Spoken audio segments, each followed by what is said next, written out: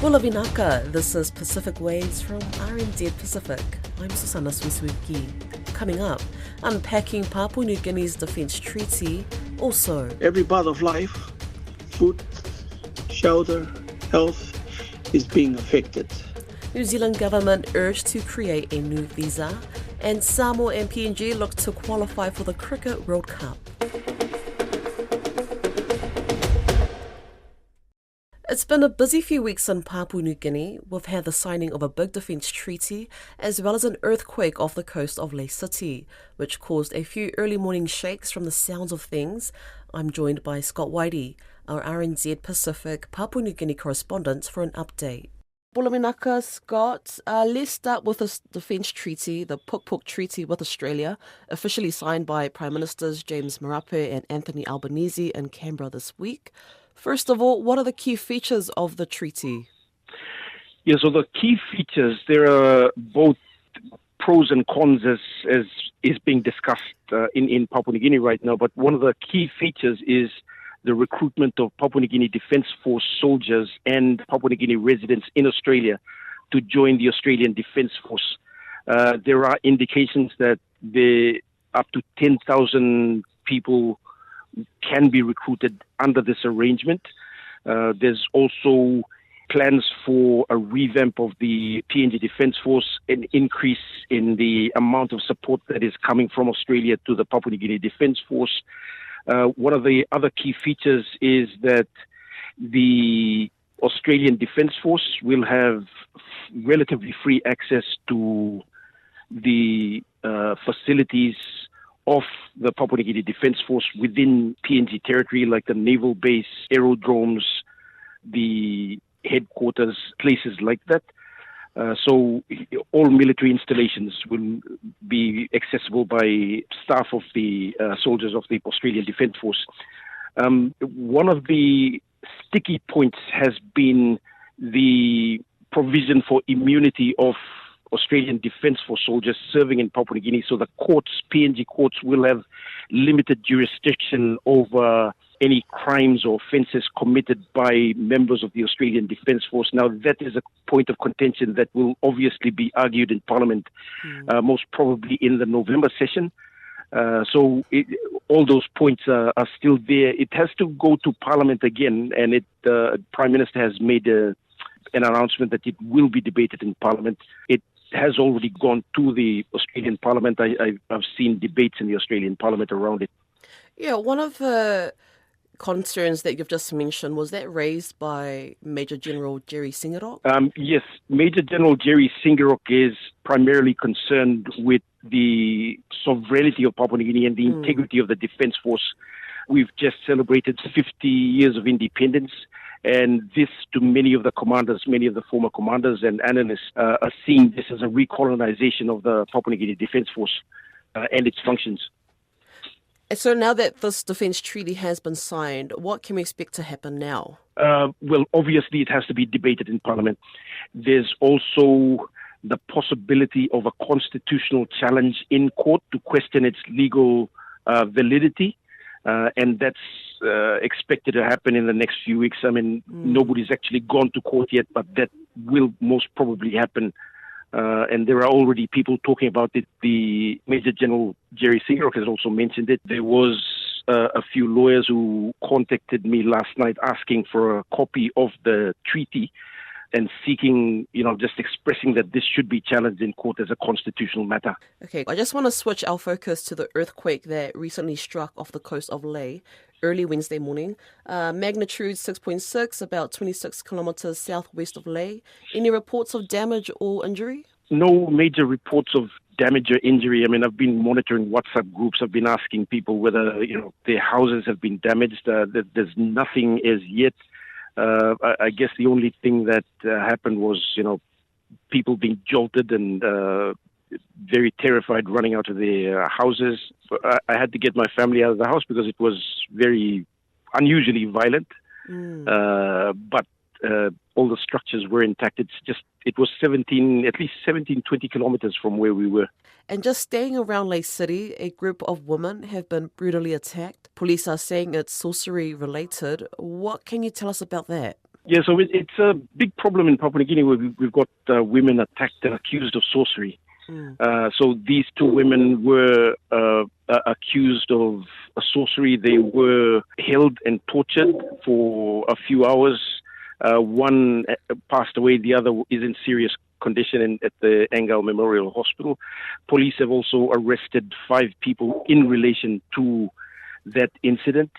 I'm not too sure whether they have appeared in court, but they're expected to appear in court soon. Has there been any progress, Scott, in addressing sorcery-related violence? There's a lot of work being done behind the scenes, a lot of it being done by non-government organizations and churches. And, there's also been legislations put in place against sorcery-related accusations. So if, under the current law, if somebody accuses someone else of sorcery, that person can be held liable and can go to jail for a long time.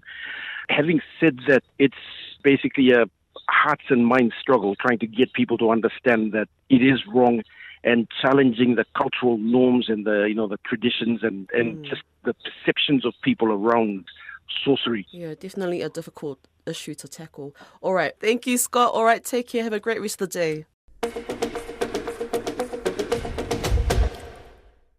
Amnesty International is asking the New Zealand government to create a new humanitarian visa for Pacific people impacted by climate change. The organisation is also asking the government to suspend all deportations to Tuvalu and Kiribati, saying they would face a real risk of serious human rights harm if returned. Caleb Fotheringham has more. Kiribati community leader Charles Kiata says life on Kiribati is becoming extremely hard. Every part of life, food, shelter, health, is being affected. And what hurts the most is that our people feel trapped. They love their home, but their home is slowly disappearing. Crops are dying and fresh drinking water is becoming increasingly scarce for the island nation. And in New Zealand, Mr. Kiata says overstayers are anxious they will be sent back home. They have nowhere safe to return to. Deporting them back to flooded lands or places with no clean water, like Kiribati, is not only cruel, it goes against our shared Pacific values. Amnesty International, in its climate displacement report, is calling on New Zealand to create a new visa for Pacific people impacted by climate change, while also asking the government to stop deporting overstayers from Kiribati and Tuvalu who would be returning to harsh conditions. The organisation's executive director, Jackie Dillon, says she wants New Zealand to acknowledge its duty of care to Pacific communities. We're asking the New Zealand government to create a new humanitarian visa, specifically for those impacted by climate change and disasters, enabling people to migrate on their terms with dignity. She says current Pacific visas in New Zealand, like the recognised seasonal employers and the Pacific Access Category visa, do not suffice. Those pathways are in effect nothing short of a discriminatory lottery, so they don't offer dignity nor do they offer self-agency. So we've got far more people who want to migrate than there are places available. Tuvaluan community leader Fala Haulangi, who is based in Aotearoa, wants the country to adopt something similar to the Falipili Treaty between Australia and Tuvalu. It creates a pathway for up to 280 Tuvalu citizens a year to go to Australia to work, live and study. This year, over 80% of the population applied to move under the treaty. Ms. Haulangi says New Zealand's Pacific Access Category visa has too many restrictions. Similar to what Australia is doing, the Falipili Treaty, we got PAC, but PAC still comes with conditions that are very, very strict as well on my people. Okay, so if they have the same same terms and conditions that Australia is doing with the Falipili Treaty, to me that is really good. Pacific governments in the past have expressed concern over brain drain in relation to the high interest in the recognised seasonal employer scheme. In 2023, Samoa paused sending workers under the scheme, partially to do with the loss of skilled labour like policemen leaving to go fruit picking. Ms. Haulangi says it's not up to her to tell people to stay if a new and more open visa is available to Pacific people. Who am I to tell my people back home, don't come, stay there because we need people now, back home. Ms. Dillon says some people will choose to stay. All we are simply saying is give people the opportunity and the dignity to have self-agency and be able to choose. Charles Kiata from Kiribati says a visa established now would mean there would be a slow migration of people from the Pacific and not people being forced to leave as climate refugees. RNZ Pacific has reached out to New Zealand's Minister of Immigration, Erica Stanford, for comment. RNZ Pacific journalist Caleb Fotheringham with that report. It's that time of the week, our Pacific Sports Chat. We have a cricket GOAT making a comeback, a new rugby competition that's raising eyebrows, and the Pacific Championships coming up, but we'll get to that part later. Joining me is our senior sports journalist, Iliesa Tora. Bola Ili, let's start with cricket. We have former Black Caps Leao Pepe Luteru Ross Taylor come out of retirement and take up his bat once again, but this time for Samoa. And other than them, we also have PNG in the running for spots at the T20 Cricket World Cup. Is Samoa living up to its hype, and how is PNG doing? Mbula Vinaka, and thank you for the opportunity to have this Talanoa session again on sports that's happening. Yes, indeed, Samoa played their opening game at the ICC Men's T20 World Cup qualifier on Thursday morning. Unfortunately, they lost to Oman in 5 wickets in their Group C clash.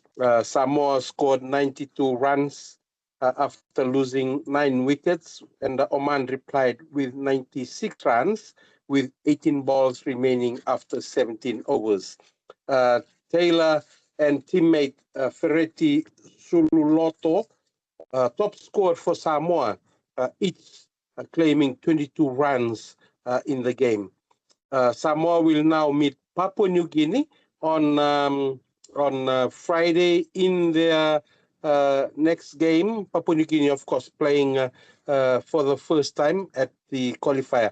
But Samoa will be looking to win that game if they have to have a chance of qualifying for the round of 6, which will see the 2 top teams from each of the 3 pools move up to play in that round of 6. And then the 3 top teams from that competition will then advance to the T20 World Cup that is going to be held jointly in India and Sri Lanka in 2026. So Samoa kicked off their campaign with a loss to Oman and have a chance to try and rectify that in their next game against Papua New Guinea. Awesome. Well, all the best to Samoa and PNG in their upcoming match. Have you ever played cricket back in Fiji, Ili? No, I didn't have the chance, but watched it and reported on it for some years, but never played.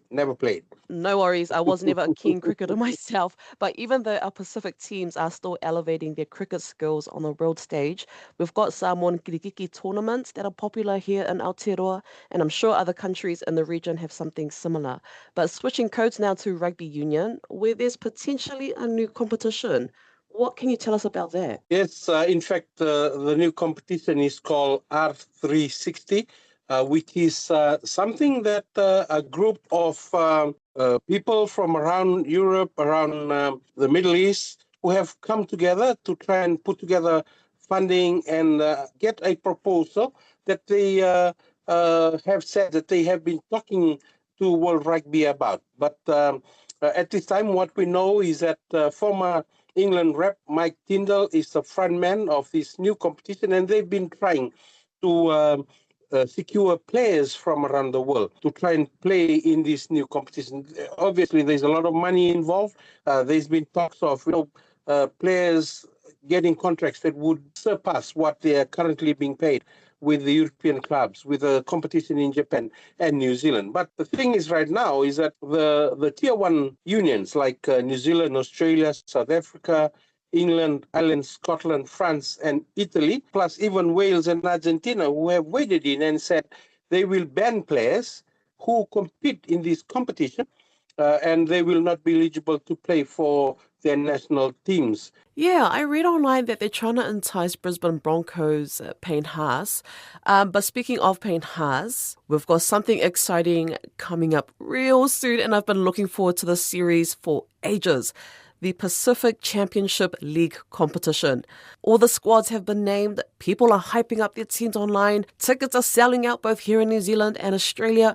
What can fans expect, Ili? Yeah, the interesting about the rugby league in the Pacific is now that a lot of the top players who play National Rugby League for the different clubs in Australia and the Warriors here in New Zealand, who are now opting out of playing for New Zealand or Australia to play for their countries of origin. Right? And Payne Haas is one example that who has opted to play for Samoa, and he joins players like Brian To'o, Jeremy Luai, Gerald May, who have been named in the Toa Samoa squad.